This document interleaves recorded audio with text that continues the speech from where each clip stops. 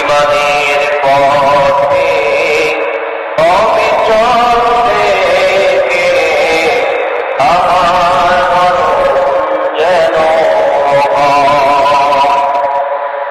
ইমানের পথে অবিচল থেকে আমার মরণ যেন হয়। তোমারই কাছে মিনতি আমার,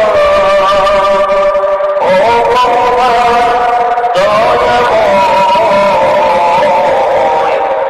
ইমানের পথে অবিচল থেকে আমার মরণ যেন হয়। আলহামদুলিল্লাহ, সমস্ত তারিফ এবং প্রশংসা সে আল্লাহ পাকের, যে আল্লাহ পাক আমাদেরকে এমন ক্রান্তিকালে, এমন অন্তিম মুহূর্তে, এমন এক সময়ে, যে সময় প্রত্যেকটা মুসলমানের জীবন বিপর্যয়ের সময়, প্রত্যেকটা মুসলমানদের ইমানটাকে পরীক্ষা নেওয়ার সময়, পরীক্ষা করার সময়, স্বচ্ছা ইমানদারকে পরীক্ষার সময়, এই সময় আল্লাহ পাক আমাদেরকে আল্লাহর ঘর মসজিদে বসার জন্য এবং কোরআন হাদিস থেকে কিছু বলার জন্য তৌফিক দান করলেন।